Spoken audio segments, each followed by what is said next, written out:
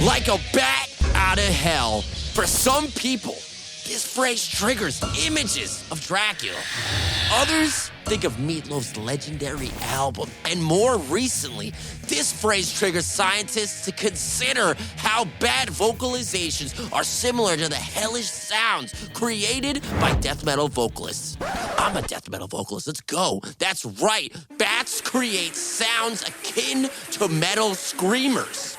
It means I can relate to it more than I probably expect to, but let's freaking go. Welcome to the singing hole, where we examine how ordinary creatures create extraordinary freaking sounds.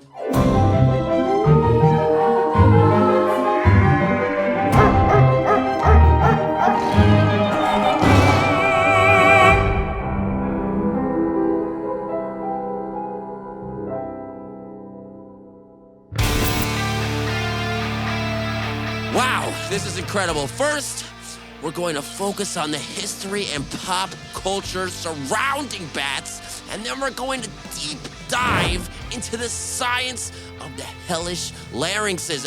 And if you want to skip ahead to the bat throat anatomy, I promise to not be offended, and we'll even give you a link to click on right now.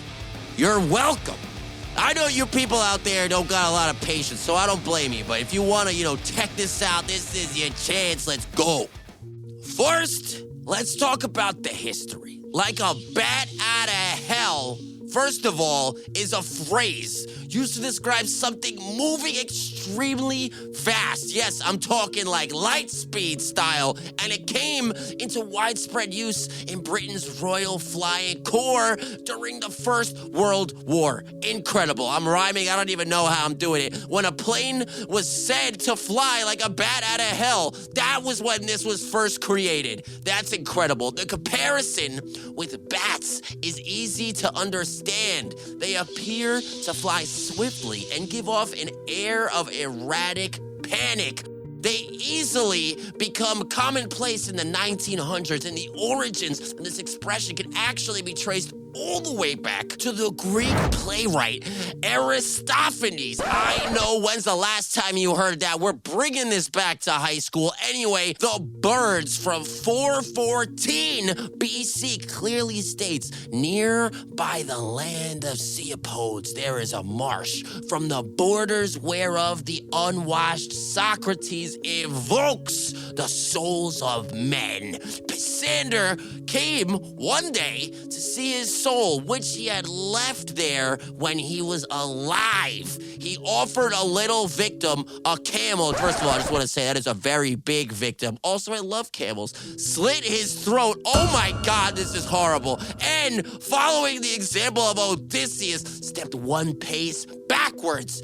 Then the bat of Chaerephon came up from hell to drink the camel's blood. First of all, I hope that he was hydrated, because damn, that doesn't sound good, but I'm not a bat, so what do I know? Anyway, beyond this obituous phrase, bats or Gothic sparrows, which is one of my favorite nicknames for the only mammal that can fly, have inspired much more lore and myth throughout humanity's existence.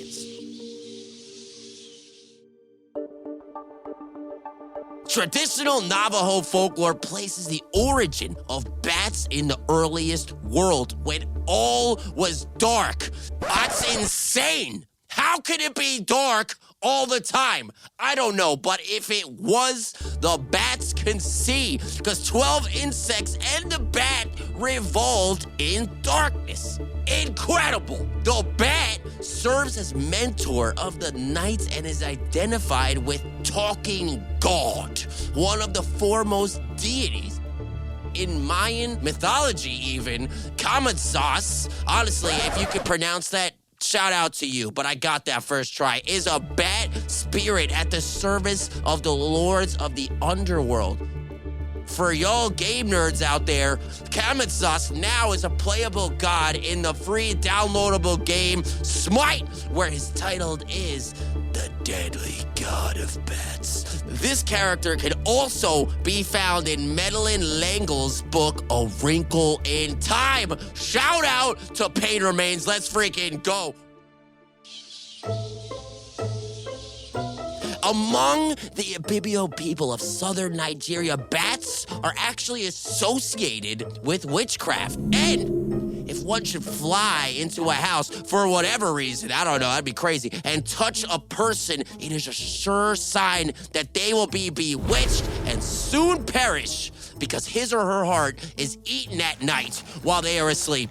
Presumably, in my mind, by the bats. I don't know. Or maybe they're hungry. They just eat their own. I wouldn't do it. Anyway, we're gonna move on. Cameroon, Sierra Leone, Ghana, and Kenya all have their unique versions of bat superstition. What does it mean? I don't know. All of which would make great subjects for dark metal songs. So, I'm not gonna lie, I'm thinking about it, but if that doesn't inspire a broody songwriter, current events from Malawi sure would, because 9 people accused of being vampire bats were recently killed, and the police arrested 200 vigilante youth suspected of involvement in anti-vampire gangs.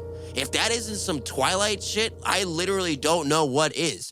But when it comes to vampires, none is more well-known than Dracula. So let's talk about him. I love talking about Dracula.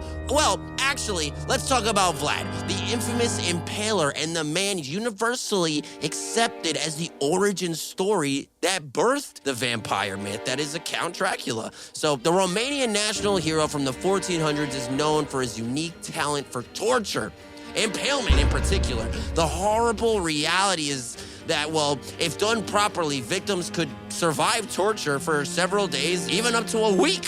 That's a long freaking time to die. But, you know, before perishing, Vlad is an artist, I guess. I don't know. Vlad himself signed his 2 letters as Dragulia or Draculia, which is the same word, but one's with a G and one's with a K, so you know how we do it out here. In the late 1470s, though, and by the 15th century, the name was solidified as a synonym. So since then, we've seen thousands of interpretations of Dracula, from Buffy the Vampire Slayer's broody, emo version of Gary Oldman's exaggerated, melodramatic portrayal. But it wasn't until the 19th century that popular fictional literature, predominantly through Bram Stoker's Dracula in 1897, would forever tie bats and vampires together.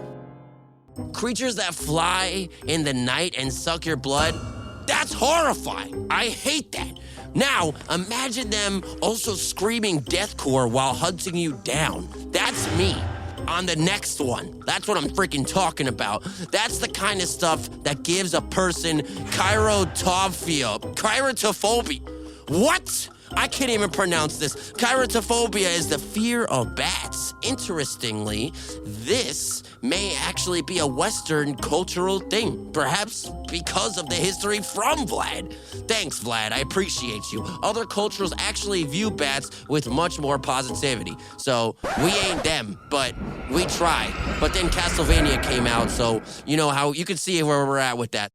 Anyway, in East Asia, bats are seen as harbingers of good luck and prosperity. In China, it is believed that if 5 bats are seen together, that's a lot of bats, by the way, they bring 5 blessings of Wu Fu. Not like Kung Fu, completely different, because this one is the love of virtue, dying naturally at a ripe old age. And that's what we all want at the end of the day, you know, longevity, wealth, and health. It rhymes, so you know it's good. In Southeast Asia even, fishermen in the Philippines considered roosting flying foxes to be guardians of their fishing grounds, and their presence increases fish and shellfish hauls. I don't know if it's like, you know, any correlation, but I'm not a fisherman, so don't take my word for it. But in Japan, the word for bat is komori, which is similar to the word for a lot of happiness, which is the opposite of how we see it over here in the US. So they are actually seen as symbols for good luck and possibly the origin of the world's first superhero. Ogon Bat is a Japanese superhero created in 1930. That's a long time ago. Ogon Bat is a being from ancient Atlantis. He was sent forward in the time 10,000 1,000 years ago to battle evil forces threatening the present day. He's basically Superman. He had super strength, invulnerable, and of course, he could fly. What kind of bat would he be if he couldn't fly? He was the precursor to the comic book characters of, oh my God, Superman, and wait, dun dun dun, Batman. What are the odds of that? I'm just saying you can't make this up. I mean, you could, but you can't. I'm Batman. Now, that is a voice that sounds harsh. But, funnily enough, Christian Bale's Batman voice may be a lot closer to what bats actually sound like when talking to each other. I mean, according to recent, research and all that. But before we get into that, we must talk about the bat out of hell that most of you likely thought about, the first time. Meat Loaf, the song, the album, the musical. Boom! This song, which lasts an impressive 9 minutes and 50 seconds, was released along with the album in 1977. And to date, it is one of the best-selling albums in history. That means they destroyed Pain Remains. How could you? Why would you do that? We were gonna take over the year. Metal fans will also be familiar with another famous bat moment in history involving Ozzy Osbourne during the Diary of a Madman tour, where literally at the Veterans Memorial Auditorium in Des Moines, Iowa, January 20th, 1982, a drug-fueled Ozzy Osbourne grabbed what he believed to be a plastic bat that was thrown on stage by a young fan, only to find out after that he bit the mammal's head off, and he made a horrifying discovery that it was actually a real bat. So what are the odds of that? That freaking sucks. But who knew that Des Moines was so metal? Nobody's ever thrown a dead bat at me. I don't know. I haven't played in Des Moines, though, so we'll find out when we get there. But speaking of bats and metal, bat researchers from Smithsonian Tropical Research Institute in Panama are actually training wild bats to associate certain sounds, calls, and then music with their food. That means they're smart as hell. And that particular brand of music, heavy metal. You know what we're talking about. Naturally, let's go. Anyway, this researcher, Inga Gapel, is using this research to further understand echolocation and how bats alter their sonar abilities, because that's absolutely insane that they can even do that in the first place. Which, first of all, leads us to the science. That's why we're here in the first place. So let's start talking about science. One of the most notable areas where bats excel in extraordinary vocalization is echolocation. Bats emit sound waves, and the process of how they sound waves are even reflected back at them helps bats locate things around them because they're literally blind. This allows bats to navigate and hunt for food in the dark. Can you imagine just freaking opening your mouth and knowing where everything is? That's insane. I wish I could do that because then I know where all the food is. So anyway, there are very few animals that are even able to use sounds like this other than bats. Literally, the list includes dolphins, whales, 2 species of birds, shrews, and surprisingly, some blind humans that have developed the ability to use echolocation. Not me. I'm trying though. But, Daredevil, really based on science, he could do that. So I'm just putting it out there. He may be a real guy, but the jury is still out for that one. So moving on. Cars use this kind of sonar imaging as well. It's even been suggested that fully self-driving vehicles, like designers, they actually study bats and bat movement to better understand how traffic should one day flow together. That means bats know how to make it through New York City, probably better than New York City people, so I'm just putting it out there. But what makes bats even cooler is the sounds they produce for echolocation. First of all, they're extremely high. Like, one species of bats was found to produce sounds of up to 250 kilohertz, which is the highest known voice sound created by an animal that we currently even know of. Like, to give you a frame of reference, normal hearing range for humans is somewhere between 20 hertz and 20 kHz. So This is the species of bats that can make sounds more than 10 times higher that we as humans can even hear. That's insane. We wouldn't even be able to hear what they're doing because it's so high.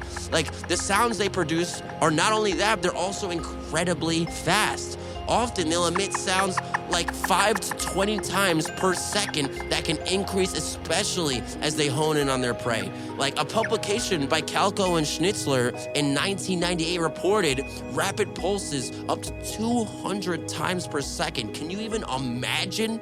How exactly do bats create such rapid high sounds?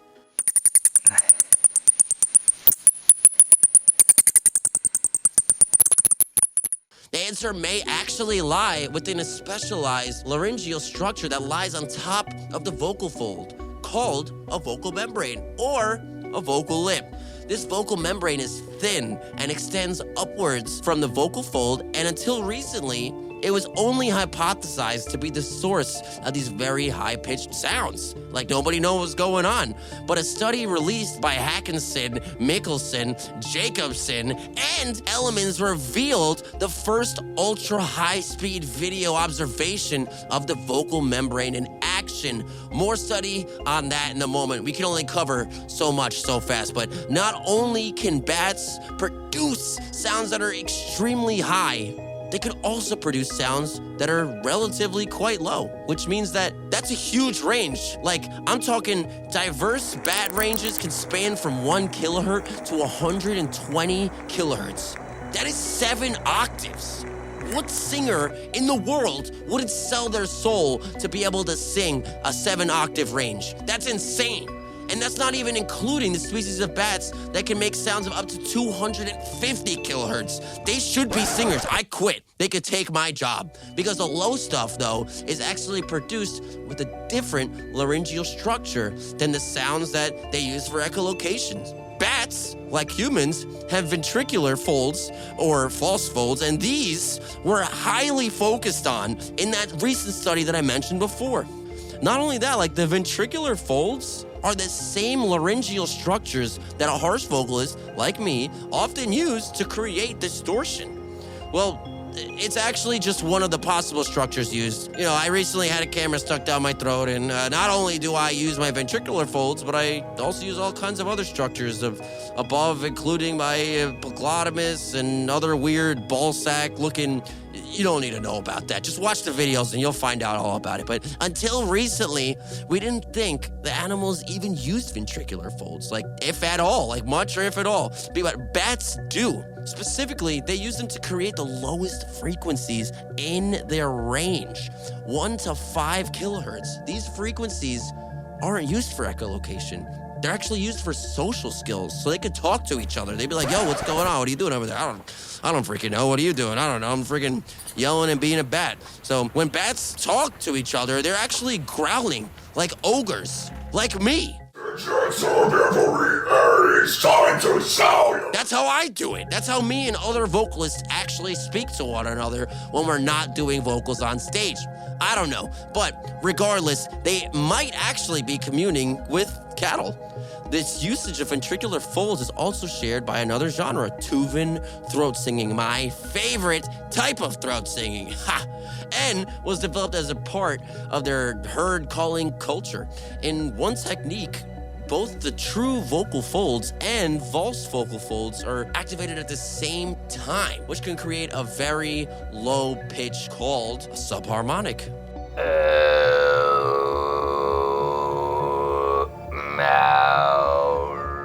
The more you know. I bet you didn't know that, but now you know. Mind you, the bats didn't use both at the same time in the recent study, but they still do use ventricular folds to extend their lower range. Actually, this is freaking insane. I'm just saying. I'm so happy that I'm on this thing right now. But to complete the death metal growling bat picture, we are going to look at one more thing. Dynamics. That's important. A great vocal performance wouldn't be complete without a full-out shouted section. And to make it extra creepy and add a little bit of contrast, I also like to throw in some demonic whispers.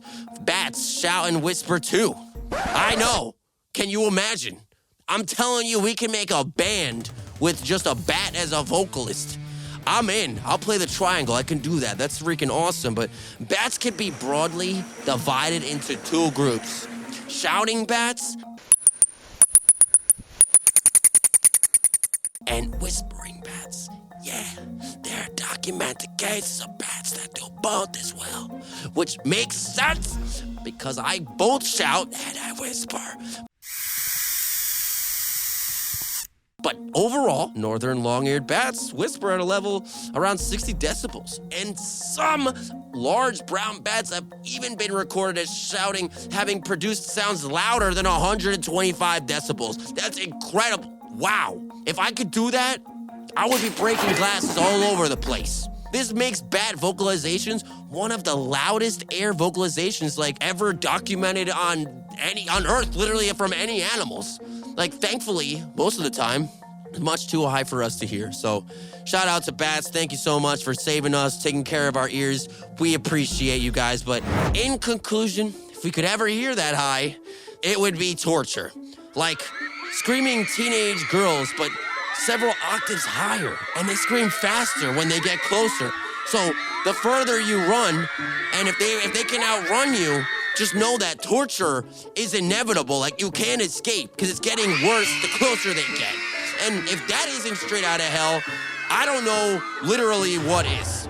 So thank you guys so much for being a part of this. I hope you have a fantastic day. I hope you learned so much about bats. Hopefully you took something from this, and hopefully as well you can't hear as well as the bats can, scream, because if you could, you're kind of screwed. But until then, shout out to Batman, shout out to Superman, and shout out to every superhero that exists now because of bats. Anyway, it's been fun. This is your boy, Will Ramos from Lorna Shore. Thank you so much. I'm so happy that you guys learned more about my Animal Kingdom doppelgangers. But if you want to know more about Lorna Shore, about anything, simply follow us or just find the Will Ramos on pretty much every other social media. Otherwise, you know where to go. You are right now in the right place for more vocal content. So stay tuned, and we will have more animal noises for you soon. Thank you so much for listening. Enjoy your day.